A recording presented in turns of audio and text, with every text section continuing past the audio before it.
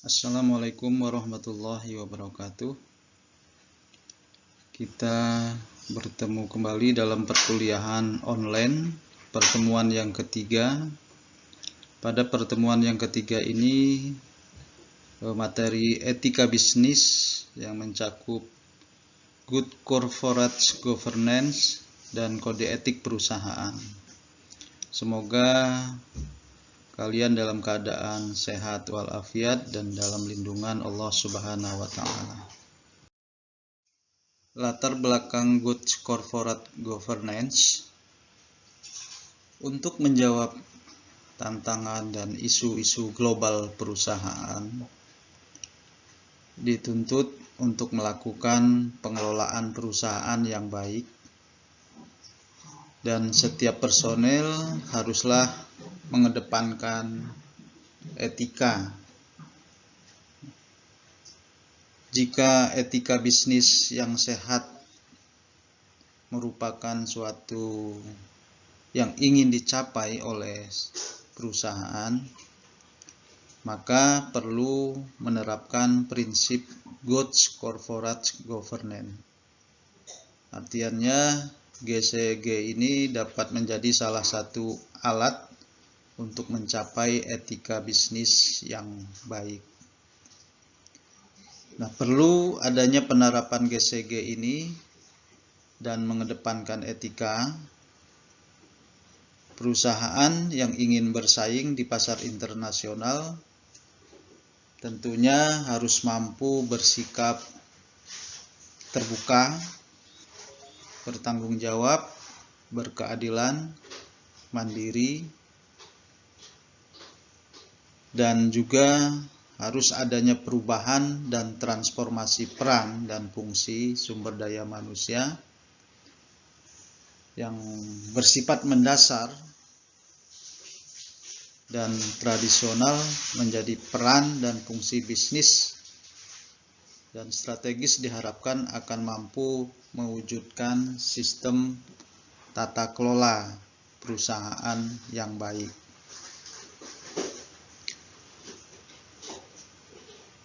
Perusahaan yang mampu menerapkan good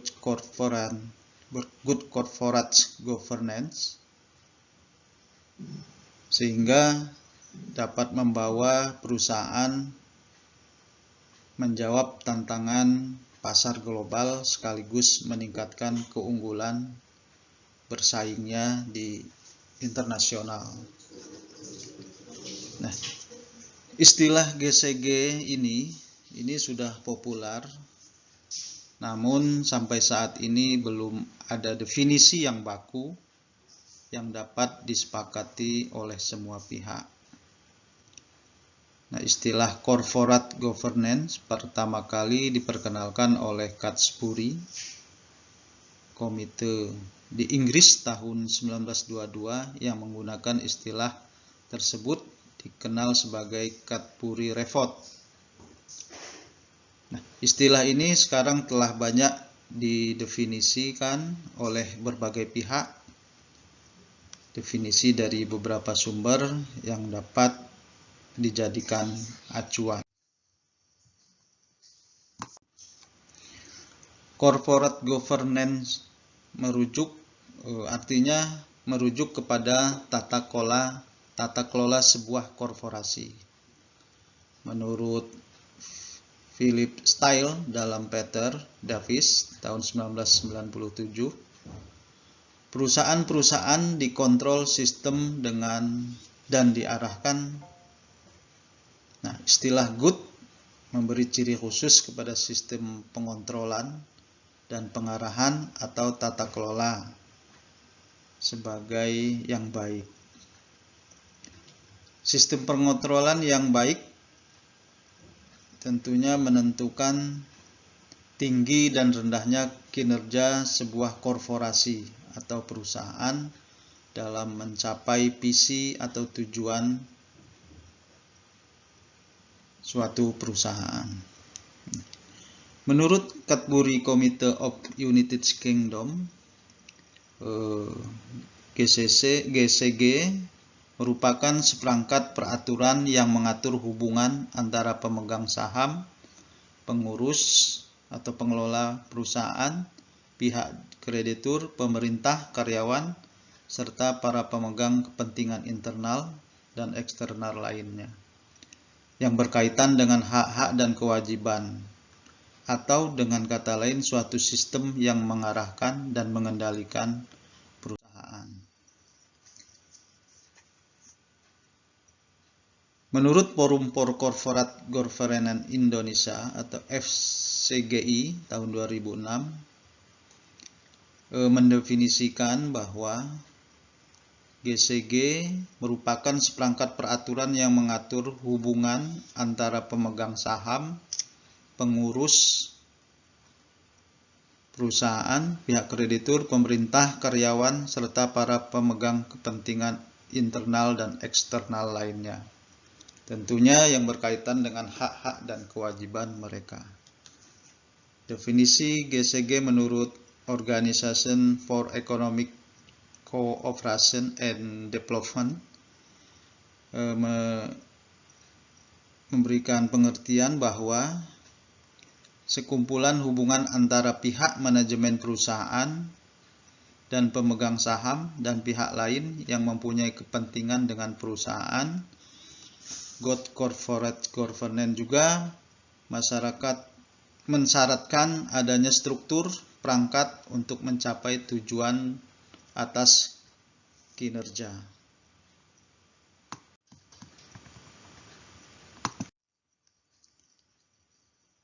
GCG didefinisikan sebagai sistem yang diberlakukan untuk mengontrol dan mengarahkan kinerja perusahaan untuk mencapai tujuan yang telah ditetapkan.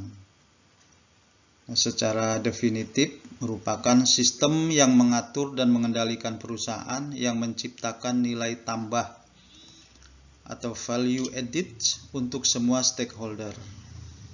Ada dua hal yang ditekankan dalam konsep ini, yaitu pentingnya hak pemegang saham untuk memperoleh informasi dengan benar dan tepat pada waktunya, dan kedua, kewajiban perusahaan untuk melakukan pengungkapan secara akurat, tepat waktu, transparan terhadap semua informasi kinerja perusahaan, kepemilikan, dan stakeholder.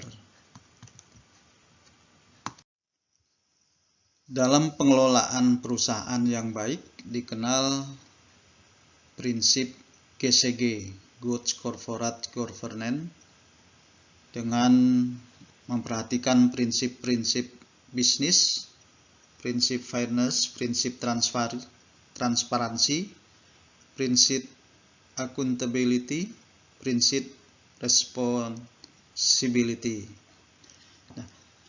Prinsip transparansi atau keterbukaan informasi merupakan keterbukaan dalam melaksanakan proses pengambilan keputusan dan keterbukaan dalam mengemukakan informasi material dan relevan mengenai perusahaan. Nah, prinsip keterbukaan informasi ini diwujudkan dengan mengembangkan sistem akuntansi yang berbasiskan standar akuntansi dan best practice, menjamin adanya laporan keuangan, pengungkapan yang berkualitas, mengembangkan teknologi informasi atau IT dan manajemen sistem informasi untuk tentunya untuk menjamin adanya pengukuran kinerja yang baik dalam proses pengambilan keputusan yang efektif oleh Dewan Komisaris Direksi. Nah, untuk mengembangkan manajemen yang memastikan bahwa semua risiko signifikan telah diidentifikasi,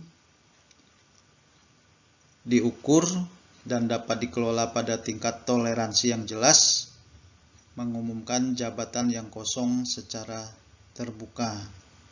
Nah, artiannya prinsip transparansi ini adalah keterbukaan informasi, itu menggunakan sistem informasi manajemen yang terbuka dan diumumkan dengan jelas.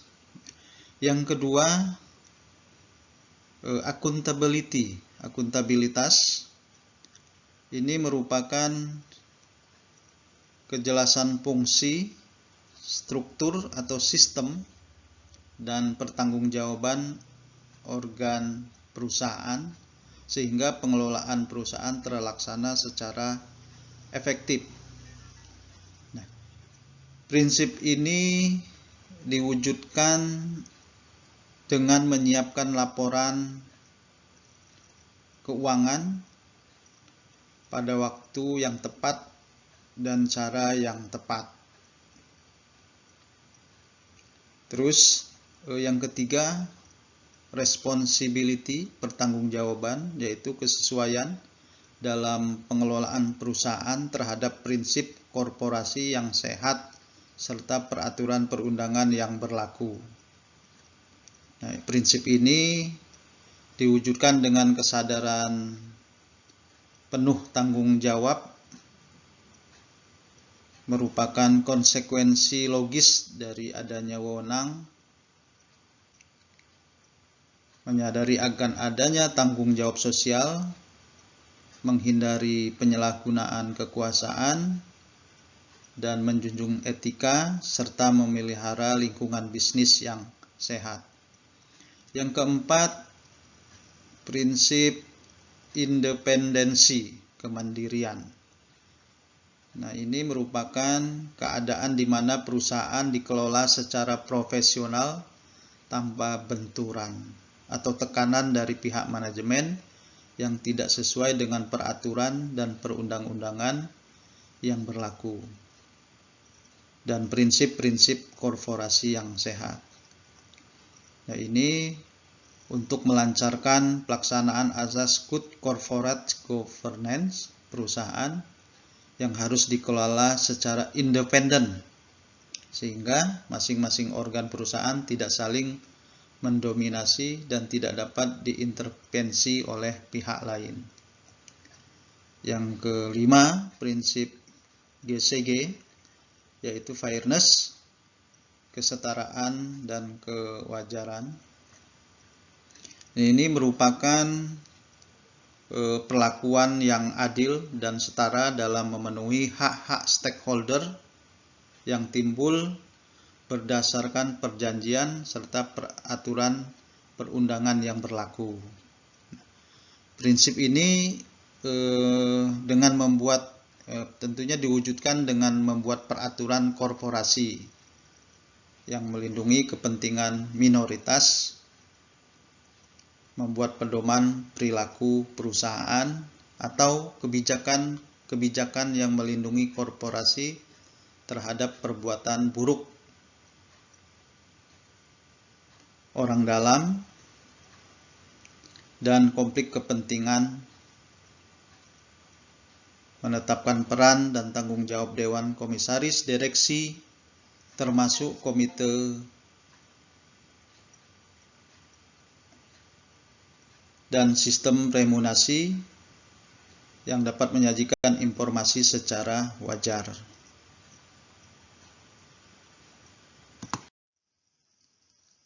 Menurut Organisasi for Economic Cooperation and Development, mencakup 5 bidang utama, yaitu prinsip GCG. Pertama, hak-hak pemegang saham dan perlindungannya. Yang kedua, peran para karyawan dan pihak-pihak yang berkepentingan. Yang ketiga, pengungkapan yang akurat dan tepat waktu. Yang keempat, transparansi terkait dengan struktur dan operasi perusahaan. Yang kelima, tanggung jawab dewan. Nah, di sini ada dewan komisaris, dewan direksi terhadap perusahaan, pemegang saham dan pihak-pihak yang berkepentingan lainnya. Tujuan dari GCG itu sendiri, yang pertama, memaksimalkan value perusahaan atau nilai perusahaan dengan cara meningkatkan prinsip keterbukaan, akuntabilitas, dan dapat dipertanggungjawabkan. Yang kedua, memastikan pengelolaan perusahaan dilakukan secara profesional, transparan, dan efisien. Yang ketiga, mewujudkan kemandirian dalam membuat keputusan sesuai dengan peran dan tanggung jawab masing-masing pimpinan perusahaan. Keempat, memastikan setiap pegawai dalam perusahaan berperan sesuai wewenang dan tanggung jawab yang telah ditetapkan. Kelima, mewujudkan praktek bisnis yang sejalan dengan prinsip-prinsip corporate governance secara konsisten.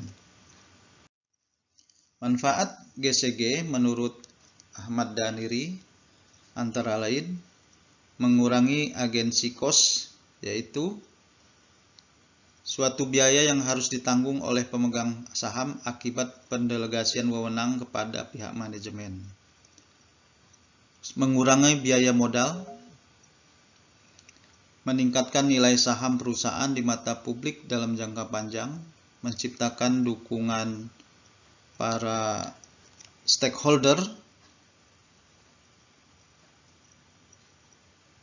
dalam lingkungan perusahaan terhadap keberadaan perusahaan dan berbagai strategi dan kebijakan yang ditempuh. Meningkatkan kinerja perusahaan ini tentunya melalui terciptanya proses pengambilan keputusan yang lebih baik, yaitu meningkatkan efisiensi operasional perusahaan serta lebih meningkatkan pelayanan kepada stakeholder. Mengapa penerapan Good Corporate Governance GCG itu penting untuk dilakukan oleh perusahaan? Nah, ini untuk meningkatkan kinerja atau nilai saham perusahaan, karena organisasi yang dikelola secara sehat dapat menarik investor untuk menanamkan modal. Nah, ini kenapa sangat penting GCG dilakukan oleh perusahaan, yaitu untuk menarik investor supaya menanamkan modal. Terus memberikan keuntungan bagi pemegang saham dan negara, karena penerapan governance yang baik akan meningkatkan nilai saham perusahaan. Kode etik perusahaan menurut Patrick Murphy, ada 3 pendekatan yang dapat diterapkan untuk menanamkan prinsip-prinsip etika dalam bisnis. Itu ada 3 jenis. Yang pertama adalah value statement atau pernyataan nilai. Pernyataan nilai ini yaitu nilai-nilai yang dijunjung tinggi oleh pendiri perusahaan. Tentunya nilai-nilai tersebut yaitu pentingnya integritas, teamwork, kredibilitas, dan keterbukaan dalam komunikasi. Terus yang kedua, corporate credo atau credo perusahaan. Nah, ini merupakan nilai untuk merumuskan tanggung jawab perusahaan terhadap para stakeholder, khususnya karyawan, pemilik saham, masyarakat umum, dan lingkungan hidup. Yang ketiga, jenis kode etik yaitu Code of Conduct atau Code of Ethical Conduct atau kode etika. Nah, kode etika ini adalah merupakan mekanisme struktural perusahaan yang digunakan sebagai tanda komitmen perusahaan terhadap prinsip-prinsip etika. Mekanisme ini sebagai cara yang paling efektif untuk mendukung kebiasaan etika bisnis. Nah, ini kode etika biasanya membahas isu-isu seperti konflik kepentingan, kompetitor, privasi, penerimaan pemberian atau pemberian, dan kontribusi politik. Kode etik yang memberikan panduan spesifik untuk karyawan di area bisnis fungsional. Kode etika adalah mekanisme struktural perusahaan yang digunakan sebagai tanda komitmen mereka terhadap prinsip-prinsip etika. Mekanisme itu dirasakan sebagai cara yang paling efektif untuk mendukung kebiasaan etika bisnis. Itu untuk kode etik perusahaan. Manfaat kode etik perusahaan. Pertama, kode etik dapat meningkatkan kredibilitas suatu perusahaan karena etika telah menjadikan sebagai corporate kultur budaya perusahaan. Hal ini terutama penting bagi perusahaan besar yang karyawannya tidak semuanya saling mengenal satu sama lainnya. Kedua, kode etik dapat membantu menghilangkan gray area atau kawasan kelabu di bidang etika. Penerimaan komisi, penggunaan tenaga kerja, maksudnya penggunaan tenaga kerja anak, kewajiban perusahaan dalam melindungi lingkungan hidup.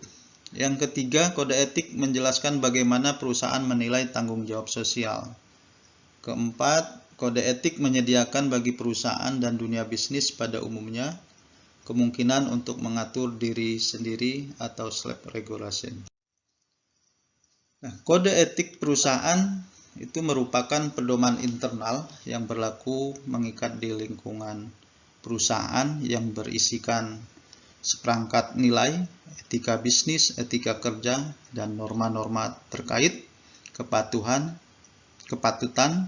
terhadap kebijakan dan ketentuan yang telah dibakukan oleh perusahaan maupun aturan perundang-undangan di Indonesia.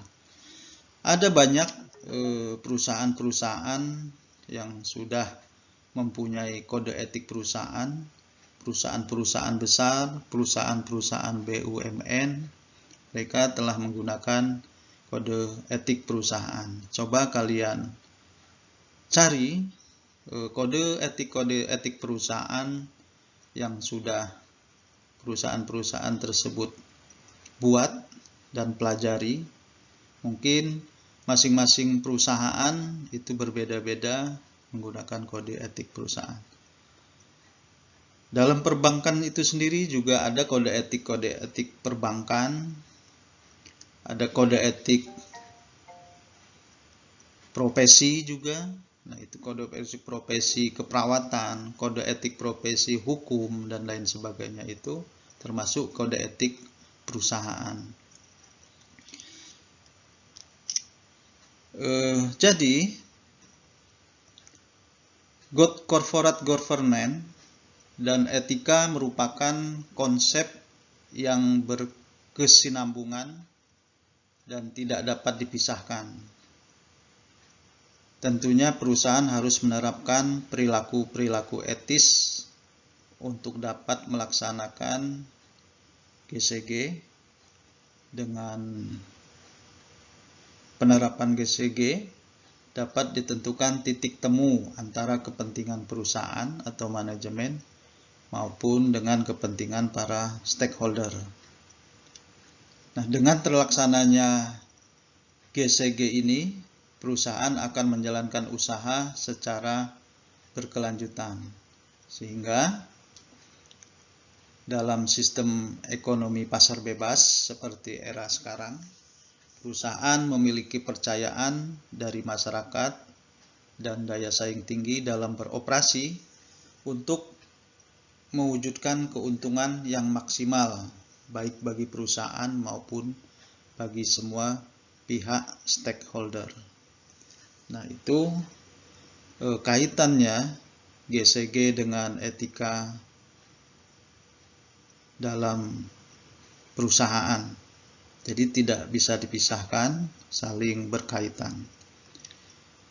Demikian materi kali ini, etika perusahaan, etika bisnis yang berkaitan dengan good corporate governance dan kode etik perusahaan. Itu yang dapat saya sampaikan. Saya tutup dengan bacaan hamdalah. Wassalamualaikum.